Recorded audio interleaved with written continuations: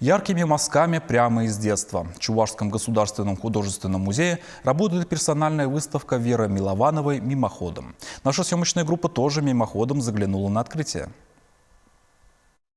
Это как в далеком детстве, когда с друзьями вечерами можно в тишине любоваться луной, взгромоздясь всей ватагой на забор.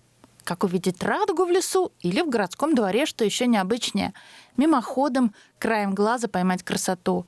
В игре теней или портретах людей. Они все замечательные и добрые. Так считает автор выставки Вера Милованова. Она не только художник, но еще и известный психолог и арт-терапевт. Все люди очень хорошие. Просто бывают такие ситуации, когда человек не справляется. И становится плохая какая-то ситуация, плохой человек, какие-то плохие поступки. Все люди хорошие, на самом деле.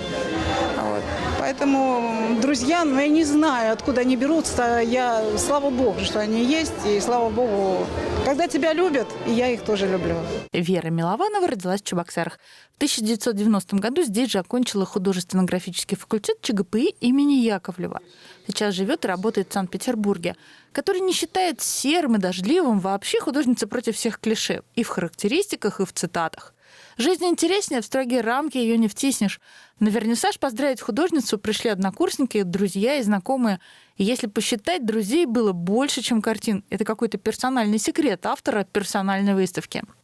За легкостью сюжетов и яркими красками тоже большая работа. И для зрителей совсем не странно. Это про любовь. Как вы мимоходом, я живу сегодня и сейчас. Вообще не загадываю. Через 5 минут я могу быть другой совершенно, и это радостно. Поэтому что они хотели... Недавно меня спросили интервьюеры, что такое любовь. Я от балды, естественно, сказала, это работа. Потом, естественно, думаю, почему работа? А это правильно. То есть, какая любовь? Это работа, это отдавание себя, это делание для этой любви чего-то. Да? Но это работа. Как бы не странно.